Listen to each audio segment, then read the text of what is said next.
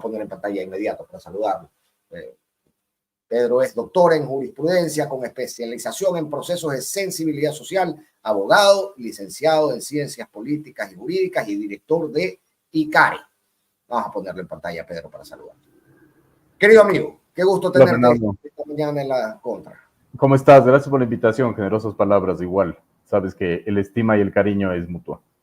Es muy grande, Pedro, y por eso te agradezco siempre que atiendas nuestras invitaciones. Además de lo que me gusta conversar contigo, pana, porque realmente es difícil encontrarle un aterrizaje centrado a este tipo de temas.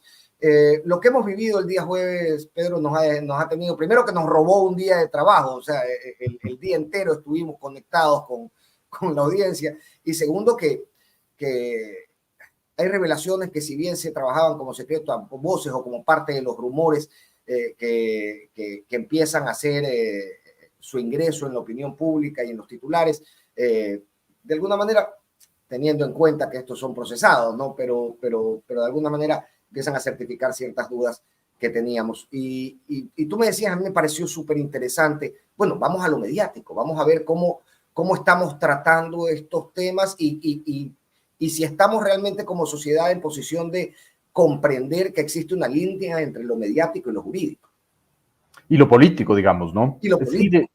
A ver, cuando tú tuviste la gentileza de escribirme para hablar de este tema, y yo te dije, incluso me da miedo hablar de este tema porque no todo el mundo puede hablar finalmente de estos casos, de los testimonios anticipados, de lo que pasa en un juicio penal. Sin embargo, en este país todo el mundo lo hace finalmente, ¿no? Y todo el mundo lo hace y ahí te confieso, nosotros desde ICARE hace 5 o 6 años administramos crisis judiciales y parte de la administración de crisis judiciales fue entender este fenómeno de la criminología mediática de cara a un concepto, ¿no? Es decir, porque además el siglo XXI nunca nos obliga a conceptualizar, siempre nos obliga a dame la receta, dame los 10 pasos para, no sé, entender, para generar opinión pública, etcétera, etcétera, etcétera. Nunca conceptualizas, digamos, es muy difícil que incluso la academia empiece a conceptualizar cuando ese debería ser finalmente su rol primordial, digamos, ¿no?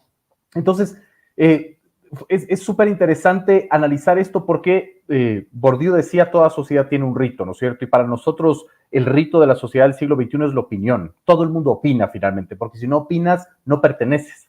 Es decir, si tú no opinas, no sé, en un almuerzo con tus amigos, en la sobremesa, en la cena familiar, si tú no opinas en redes, no tienes likes, no tienes seguidores y por lo tanto no existes finalmente, ¿no? Entonces, opinar sobre este tipo de cosas es muy complejo y más analizarlas. Entonces, cuando tú me invitaste, yo te decía, yo no tengo muchos elementos para analizar políticamente, que es lo mío, ¿no es cierto?, en sí mismo el tema.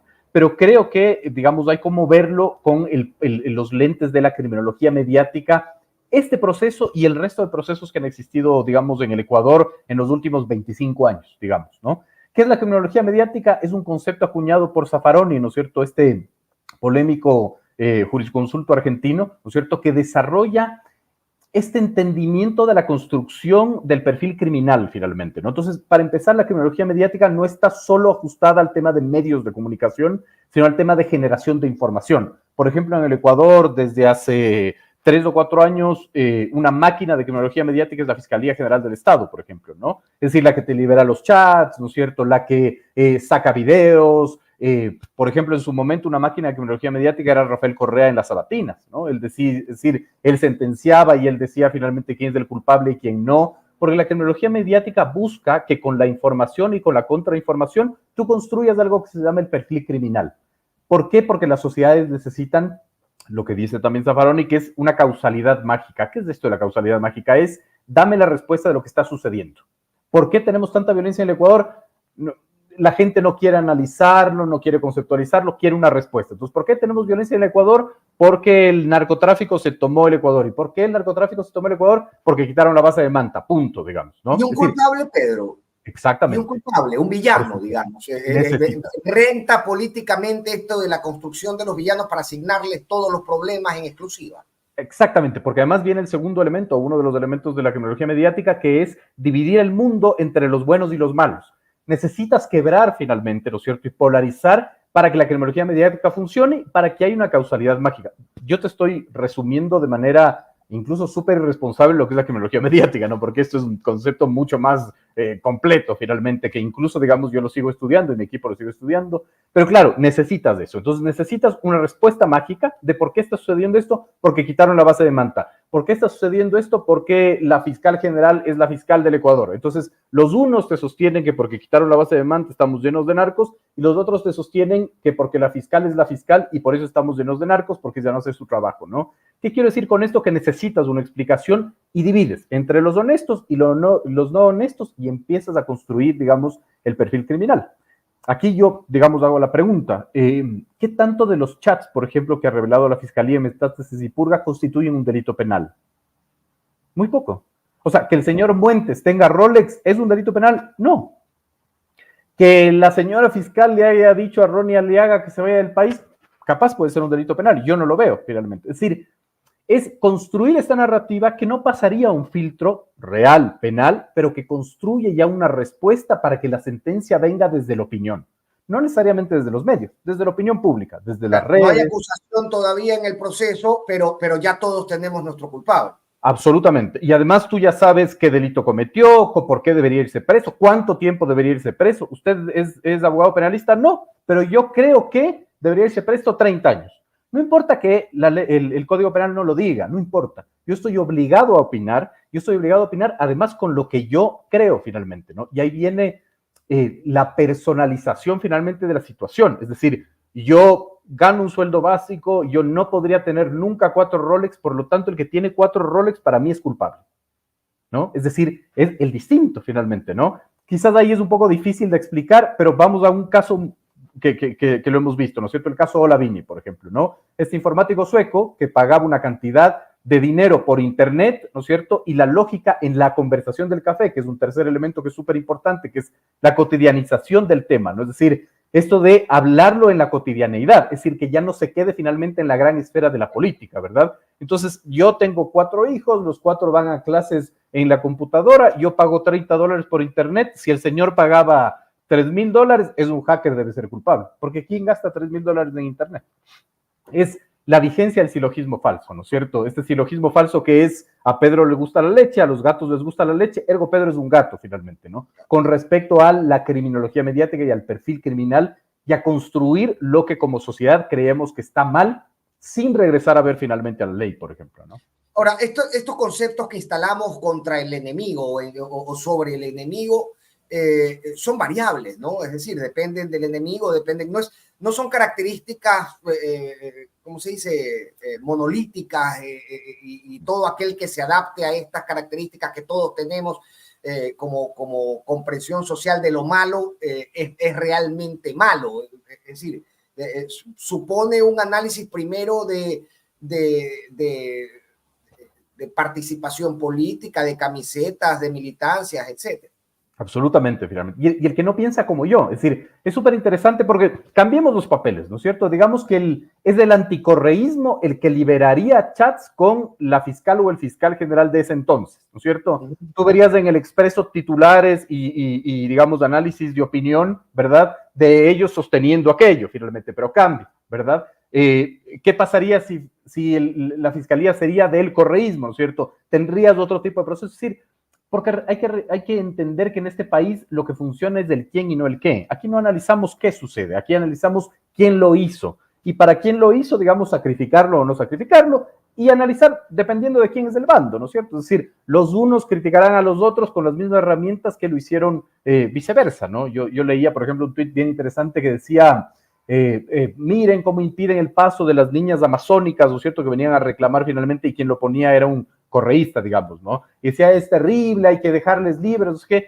si eso hubiese sucedido en el gobierno de Correa hubiera sido distinto finalmente, ¿no? Es decir, no. Entonces, no tenemos la capacidad como sociedad de analizar los hechos en sí mismo, sino que analizamos quién lo hace y con base a quién lo hace determinamos finalmente esta crítica, este señalamiento y sacamos conclusiones, ¿no? Claro, no es un concepto lombrosiano, digamos, ¿no? Que te adaptas a estas características, entonces eres perverso. Lo filtro primero por el sedazo de mis impresiones y mis militancias personales y luego asigno la condición de bueno o malo. Porque en el siglo XXI hasta las verdades científicas están en duda, digamos. El siglo XXI se caracteriza porque todo pasa por estar en duda. Y claro, tú tienes ahorita un youtuber, ¿no es cierto?, que no tiene estudios universitarios, o sea, digamos, no estoy ensalzando ni tampoco estoy criticando, pero tiene el mismo nivel de importancia que un médico muy importante para hablar de COVID, por ejemplo, ¿no? Es decir, y nosotros creemos finalmente en la igualdad de importancia y de conocimientos porque no tenemos la capacidad como mundo, como sociedad, ¿no es cierto?, de dar esa valoración, ¿no? ¿Qué quiero decir esto? Entonces, que Pedro Donoso, que es cualquier persona que no tiene estudios, digamos, en medicina, diga que, no sé, hacer gárgaras con bicarbonato evita el COVID, ¿verdad? Yo le voy a creer porque además tiene 1,5 millones de seguidores en TikTok. No es lo mismo que, pero mi médico me dijo otra cosa, no importa el médico, realmente yo le voy a creer a esta persona. La amplitud de tu llegada es lo que determina mucho más que tus estudios y tus capacidades, la validez de lo que dices.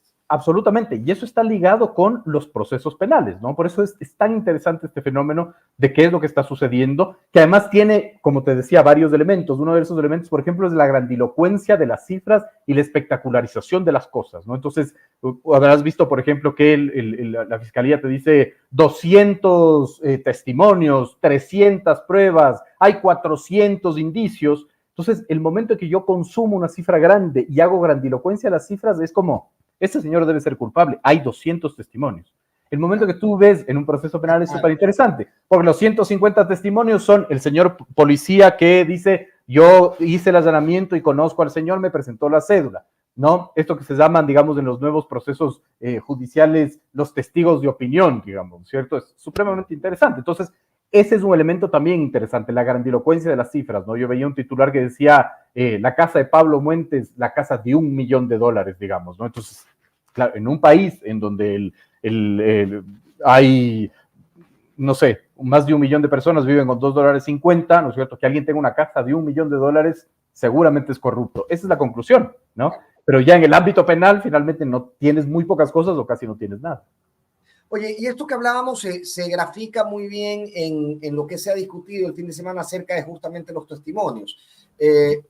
Hemos visto un montón de tweets, ¿no? En que cuando la acusación viene contra mi enemigo, la damos por cierta de forma inmediata, incuestionable e inobjetable. Pero cuando la acusación viene contra alguno de los que me caen bien, de aquellos con los que yo simpatizo, entonces habrá que investigar quién se tomó el nombre. Absolutamente, pero además lo vimos de una manera impresionante, ¿no? Es decir, el anticorreísmo, ¿no es cierto? Cuando hablaron de que finalmente Norero hablaba con Correa con base a ese testimonio, digamos, ardió Troya y todo el mundo dijo, ahí está, Correa tiene una relación totalmente directa con narcotráfico. Pero cuando habló de Villavicencio y de este asesor que había pedido $300,000, omitimos finalmente, ¿no? Es decir, tenemos esta capacidad de cortar la información y de posicionar las ideas que a mí me convienen finalmente, ¿no es cierto? O a que un sector le conviene, es absolutamente claro y es súper interesante porque tú ves la variedad de titulares, de tweets, de opiniones con respecto a quién los emite. Por eso el Ecuador es un Ecuador de quién y no de qué.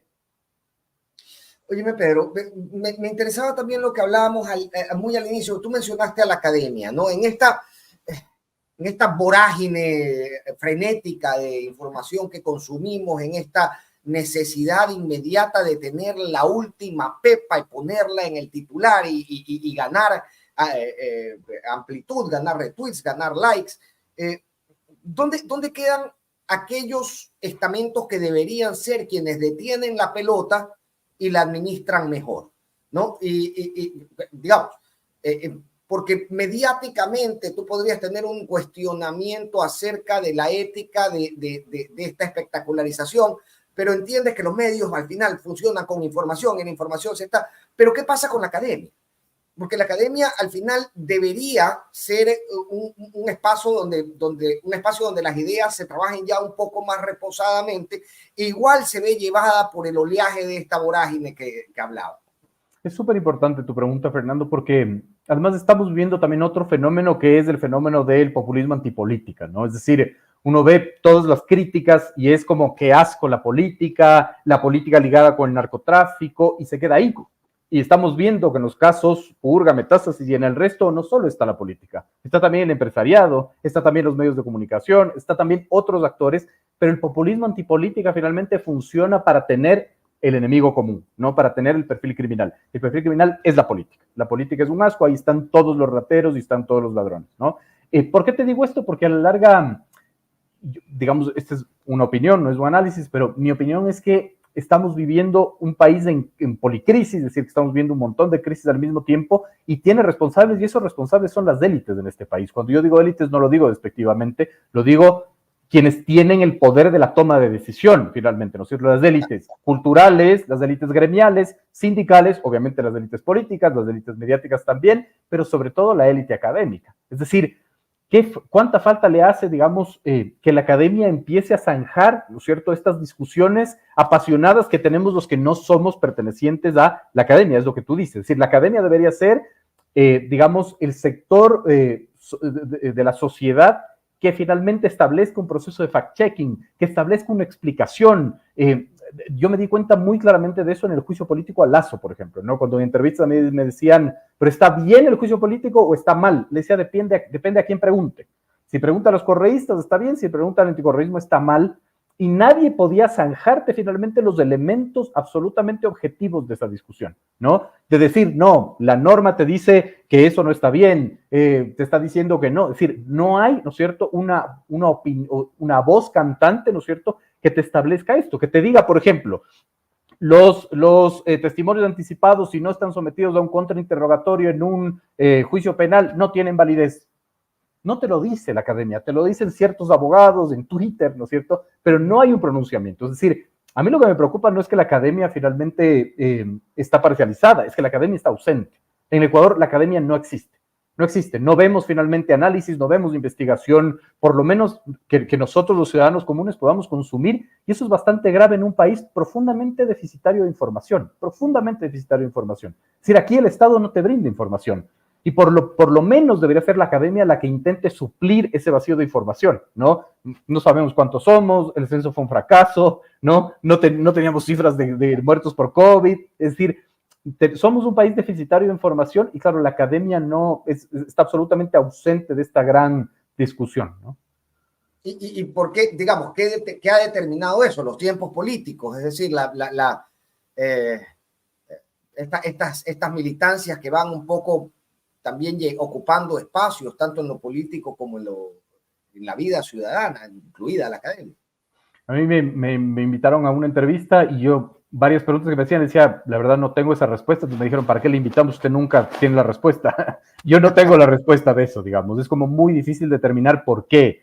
Hay como especular finalmente, claro, el temor de la academia de tomar un pronunciamiento, exacto, la visión ideológica interna, ¿no es cierto? Dentro de las universidades también hay muchas visiones, es difícil establecer una voz unificada, digamos, podemos especular un montón, pero la gran conclusión es que finalmente la academia no existe en el Ecuador y no ayuda, digamos, a controlar esta gran discusión, a establecer, digamos, en un cauce la gran información, ¿no es cierto?, el gran debate y decir sobre qué estamos discutiendo, porque no tenemos una cancha clara sobre qué discutir, ¿no? Claro, una ruta a tratar no sé, ¿no?, de calmar esta confusión que toda esta vorágine de información te genera día a día, seas académico, no lo seas, es decir, acá estamos todos abrumados por la cantidad de información que se tiene. Al punto, Pedro, y aquí traigo algo muy informalmente, al punto que se menciona a una chica de la farándula en una audiencia y tú ves a los propios abogados haciendo... ¡Oh! Sí, claro, totalmente. Totalmente. Y todo el mundo te dice, ¿por qué no tiene prohibición de salir del país de esta persona? ¿Por qué no está presa? ¿Por qué no cometió ningún delito? Pero entregó una libreta. Bueno, ¿y qué? ¿Cuál es el artículo del COIP que dice que el momento en que entregas una libreta tienes que irte presa? Es decir, eso es lo que no entendemos. No entendemos que hay, ¿no es cierto?, un librito que se llama Código Orgánico Integral Penal que te determina cuáles son las conductas que son, digamos, sujetas a un delito penal y cuáles no, ¿no? Pero además, ¿qué tiene esa libreta? Yo no logro entender aún. Es decir, yo me puedo pensar y digo, ¿qué tiene esa libreta? Entonces, ya, los contactos de Norero con el mundo criminal. Pero, ¿prueba de qué puede ser eso? Imagínate, en una libreta, aparezco yo, Pedro Donoso, me fregué, porque tengo contactos con el grupo, no tengo idea, ¿no? Entonces, es eso, es esta necesidad finalmente de la causalidad mágica, de la grandilocuencia de una libreta. Le entregó una libreta. Entonces, como... ¿Qué pasa? ¿Y qué pasa con la libreta? ¿Cuál es el tema de la libreta, no? Claro. Claro, claro, es eso, ¿no? Al final del día construimos tipos penales desde los titulares. Pero más desde nuestra comodidad, digamos, de la visión ideológica, ¿no? Es decir, es desde nuestro ámbito. Para mí, usted debería irse preso, usted cometió un delito. ¿Cuál es mi delito? No tengo idea. Ser correísta, ser anticorreísta, ser amigo de Pedro, de Juan o de Luis, chatearse con un narcotraficante. El caso finalmente del periodista Buscante es un tema supremamente interesante. Es como, tiene que irse preso. ¿Por qué? ¿Cuál es el delito específico ahí? No hay delito específico ahí. No hay. Por más de que finalmente el anticorreísmo, el antipostismo, lo que quieran, no hay delito. No existe un delito finalmente. Podemos discutir, ¿no es cierto?, los elementos éticos, si es correcto, si no fue correcto. A nadie le interesa, por ejemplo, que un periodista en Italia, la única manera de identificar, digamos, a la camorra en Sicilia fue meterse en el mundo criminal. No importa eso. A mí me parece que es asqueroso que se haya chateado con Norero, por lo tanto debe irse preso y debe irse preso 30 años y estar en la roca, punto. ¿Por qué? Porque yo lo digo, ¿se acabó? Está el ejemplo de Carles Tamayo, ¿no? Carles Tamayo hace mucho esto, de infiltrarse en ciertos espacios para luego establecer denuncias. Es como si uno le criticara el hecho de haber sentado a la misma mesa. Bueno, él tenía un propósito, que era obtener información. Y esto sin ejercer ninguna defensa a nadie, ¿no? Pero lo que quiero decir es que hay otros elementos que uno tendría que traer y que son los que se quedan en el filtro de mi posición ideológica. Exactamente, además en mi manera de procesar la información, porque la manera como yo proceso la información tiene relación con lo que yo he vivido, con mi sistema de valores, con quién yo odio y a quién yo sigo, a quién no respeto, a quién temo, ¿no es cierto? El temor y el miedo, por ejemplo, funcionan perfectamente bien, incluso en la misma criminología mediática, porque es la construcción del perfil criminal, ¿no? Es decir, es de cómo debe ser un perfil, o cómo debe ser un criminal, ¿no? Volvamos al caso de Olavini, que es un caso impresionante, es un caso súper interesante, ¿no? Yo recuerdo que un medio de comunicación hizo un reportaje de por qué Olavini se pinta las uñas de negro. Y el reportaje hablaba finalmente de por qué se pinta las uñas de negro y por qué se viste de negro, asimilando como que ese es el perfil criminal de un hacker. Un hacker se pinta las uñas de negro, se pone un sombrero negro, por lo tanto es un hacker. Tiene que ser un hacker. ¿Cómo no va a ser un hacker, no? Tiene tatuajes. Usted es un delincuente, señor, porque los delincuentes tienen tatuajes finalmente, ¿no? Yo veía esta publicación de una persona bien interesante que decía... te voy a poner un ejemplo futbolero, porque los dos somos futboleros, ¿no? Entonces decía, este jugador brasileño que se me acaba de ir el nombre, el que recién metió los goles de la selección brasilera, Endrick, creo que se llama, sí. Tiene, no sé, 17 años, mete goles en la selección, no tiene tatuajes y se comporta muy bien. Kendry Páez va a farrear y tiene muchos tatuajes. Él no es el ejemplo de las cosas. Y es como... es impresionante, ¿no? O sea, no analizamos las conductas, analizamos ya incluso el perfil criminal desde nuestra visión absolutamente social de cómo es un criminal. La parte estética y la antropología, digamos, visual es fundamental en ese juego también, ¿no? Claro. Oye, Pedro, y en esta locura de información, ¿cómo quedan los partidos políticos? Porque justamente desde estas conexiones que tú estás haciendo, y tenemos dos elecciones por enfrentar muy pronto, desde estas conexiones que tú estás haciendo, ¿no? Habló con él, entonces ya es descartable, es amigo o apareció en una foto hace 10 años con tal otro, entonces no deberíamos confiar en él. Esto termina tocando a personajes que son personajes tradicionales de determinados partidos, lesionan al partido.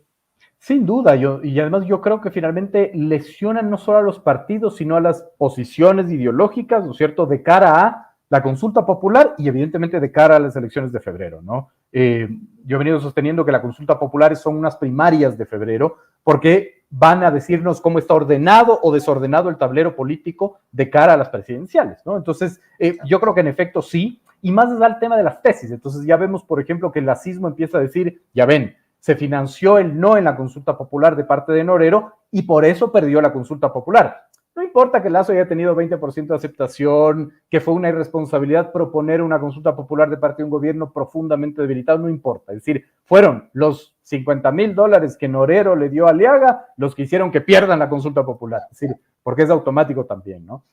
Más allá, digamos, de lesionar a los partidos, que yo creo que sí lo hace, lesiona las posiciones, ¿no? Es decir, otra vez la CONAIE diciendo no a la consulta popular, ellos están ligados con el narcotráfico, por lo tanto ellos son responsables de que pierda la consulta popular, ¿no? Entonces empiezas a anular las tesis, ¿no es cierto?, con base a estos testimonios anticipados, ¿verdad?, que son tan importantes, y con eso sacas conclusiones. A mí me hacían una pregunta y me decían, ¿usted cree que, por ejemplo, digamos, la prisión del hijo de la vicepresidencia fue una movida política? Yo decía, no sé si fue una movida política, lo que sí sé es que fue una movida jurídica que tiene efectos en lo político. Y los testimonios anticipados son testimonios jurídicos o judiciales que tienen efectos en lo político, eso es evidente, y siempre la justicia, desde hace 100 años en Ecuador, ha tenido efectos en lo político y viceversa. Por eso la justicia siempre está en disputa. En el Ecuador la justicia siempre está en disputa, digamos, ¿no? Desde antaño, desde que Febres Cordero rodeó la corte con tanquetas, desde que Lucio y su Congreso se bajó el Tribunal Constitucional, es decir, siempre, digamos, la justicia está en disputa porque es una cancha en la que se juega y cuyos efectos juegan finalmente o tienen efecto en la política, ¿no? ¿Y el timing está calculado para eso, Pedro? No lo sabría decir, digamos, no sé. Yo creo que hay un montón ahí de elementos que nos podrían decir que sí, pero no sé finalmente si es que fue con esa lógica de cálculo, ¿no? Con esa lógica de cálculo, pero eso sí tiene que regresar a ver o nos provoca regresar a ver y hacer análisis de las relaciones de las funciones del Estado. Creo que por ahí iría el análisis, o por lo menos yo lo haría por ahí, es decir, la relación ejecutivo-fiscalía, por ejemplo, ¿no? Hay como una acumulación de favores, si lo podremos decir así, de parte de Noboa a la fiscal, es decir, metió preso al hijo de la vicepresidenta, yo no sé si bien o mal, no he leído ese expediente, no tengo acceso a las pruebas, no tengo idea, pero quien se beneficia es Noboa, evidentemente.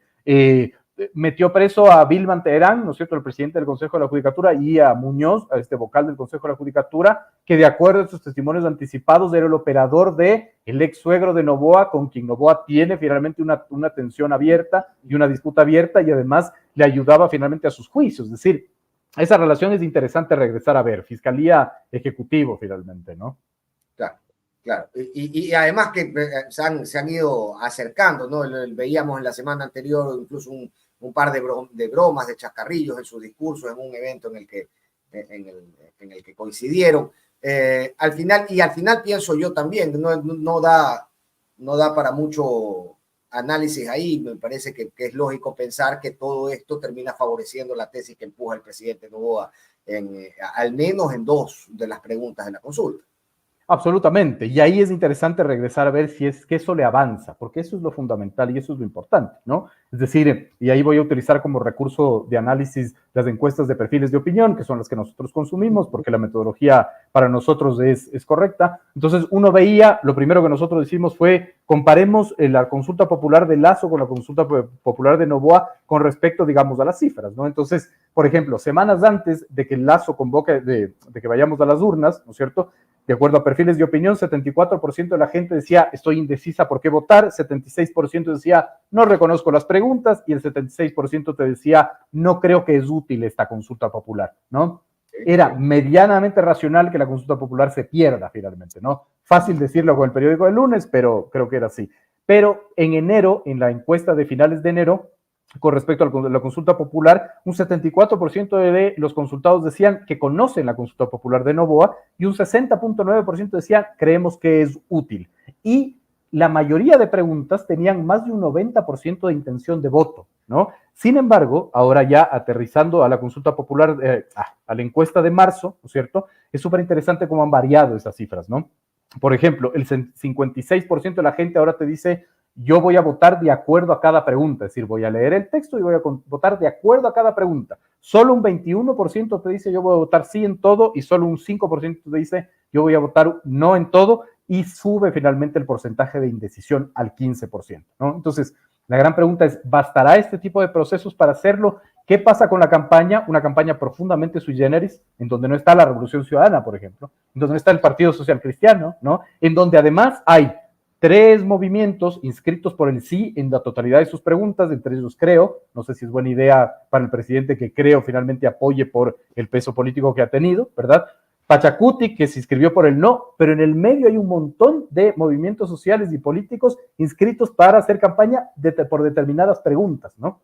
Y de acuerdo a esta consulta, por ejemplo, el trabajo por horas es la única pregunta que perdería, o sea, el no ganaría con un 43.43%.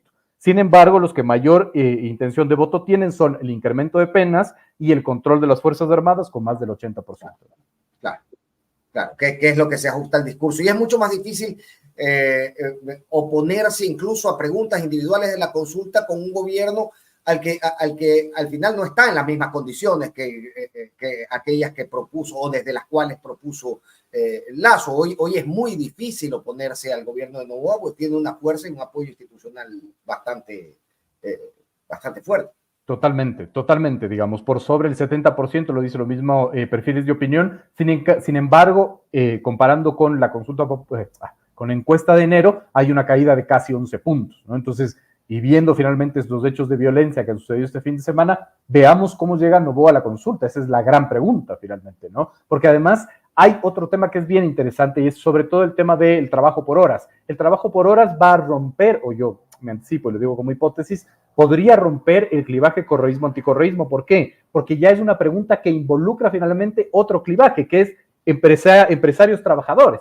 Y ahí van a tener otros actores. Es decir, el empresariado va a querer por el sí, los sindicatos van a establecer por el no, y eso rebasa el control del gobierno. Es decir, ya no solo es del gobierno proponente de una consulta popular, ¿no? Entonces, es súper interesante esta activación de otros clivajes finalmente en esa pregunta, y es una pregunta que rebasaría el control del gobierno y por lo tanto rebasaría la posibilidad de tener un sí o un no solo desde el proponente. Oye, con sindicatos que al menos en los dos últimos gobiernos, bueno, los tres últimos gobiernos, creo que esta oxidación se madura en tiempos de Correa, con este resorte social ya tan oxidado, de difícil activación. Se van a ver obligados hoy a hacer campañas. ¿Desde dónde piensas tú que podrían hacerla cuando realmente durante los últimos años no hemos visto una presencia sindical en razón de este tipo de cosas que son su razón de ser? Sí, digamos, yo creo que ahí los sindicatos, por lo que tú planteas muy bien, ¿no es cierto? Este deterioro en su posicionamiento reputacional, diría yo, se van a ver debilitados. Yo creo que la CONAIE iba a jugar un juego fundamental, ¿no?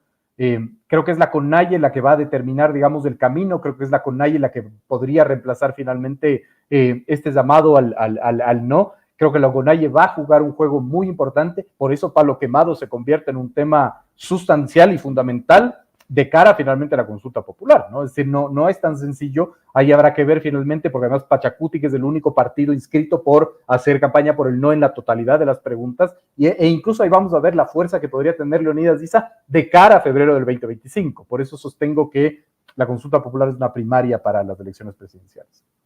Hablando de primarias, se ha ido diluyendo esta propuesta de Pedro Granje, Leonidas Diza, de hacer unas primarias de tendencia, ¿no?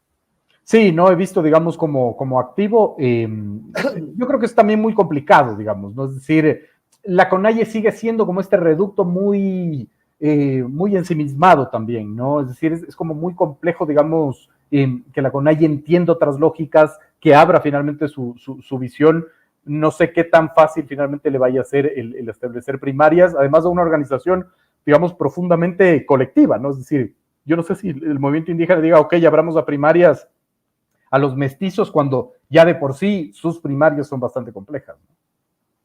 Pero decíamos, falta abril. Abril, hoy iniciamos ya con IVA al 15%, con una elevación ligera en razón de la elevación del IVA del precio de los combustibles, en un fin de semana que nuevamente en estado de excepción nos ha dejado dos tragedias significativas, entre otras menores, al menos dos, la de Puerto López y la del Guasmo, son tremendas y en otros años nos hubieran conmocionado como país.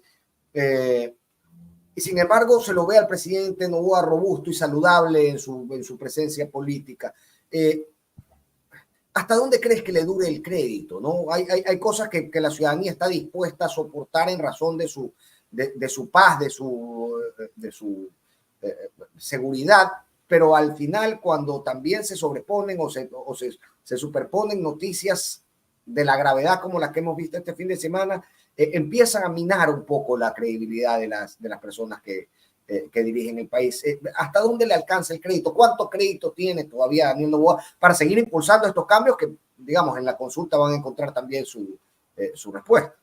Es súper interesante porque nosotros cuando recibimos la encuesta de enero de perfiles de opinión, señalábamos algo que es bastante extraño y que nos llamaba mucho a hacer el análisis, ¿no? Es decir, Noboa tenía unos números altísimos. Por ejemplo, el pesimismo, el humor social para nosotros es un indicador fundamental. Siempre que mi equipo y yo tomamos una encuesta, vamos a ver el humor social, el pesimismo y el optimismo, ¿no? Y es súper interesante en la encuesta de enero, de finales de enero, cómo ese pesimismo había caído, ¿no? El 2023 fue un año en donde Lasso logró que este país sea profundamente pesimista, 9 de cada 10 en promedio, te decía la misma perfiles de opinión, y en la encuesta de enero cae a 5 de cada 10, es decir, 5 de cada 10 personas creen que el Ecuador iba por buen camino o por mal camino, ¿no? Exactamente lo mismo. Sin embargo, cuando le preguntabas a la gente sobre el optimismo o el pesimismo futuro, te decían, ¿usted cree que la delincuencia se va a agravar, se va a mantener o se va a reducir? 7 de cada 10 te decían que se va a mantener o se va a agravar. Es decir, eres optimista del presente, pero pesimista del futuro, lo cual nos podría hacer pensar que ese optimismo y esa valoración positiva eran profundamente momentáneas. Eran como me aferro a lo momentáneo, ¿verdad? Porque vimos los hechos del 9 de enero y la reacción del gobierno. Me aferro a esto, pero yo creo que esto no va a ser resuelto a largo plazo o a mediano plazo. Y lo estamos viendo ahora. Es decir, empieza la caída de Noboa a 11 puntos, empieza finalmente a incrementarse el pesimismo de acuerdo a la encuesta de perfiles de opinión de inicios de marzo, empiezas tú a ver, digamos, un deterioro y con los hechos, yo creo, este fin de semana, este deterioro puede ser más profundo. Entonces, ¿qué quiero decir? Mientras más pase el tiempo, yo creo que menor va a ser el apoyo a Noboa, lo lanzo como en clave de hipótesis, si es que estos hechos violentos se siguen manteniendo, pero además, si es que el Ejecutivo no demuestra gestión, no me dice a mí en dónde van a ir la plata que acaba de subir de impuestos, si yo sigo teniendo déficit de medicinas en hospitales, si, digamos, las escuelas siguen, digamos, siendo precarias en infraestructura, si es que las carreteras están destrozadas, si es que siguen apagones, es decir, mientras no haya gestión, yo creo que el deterioro de Noboa va a seguir siendo profundo, ¿no? Importantísimo, porque al final lo que me indicas es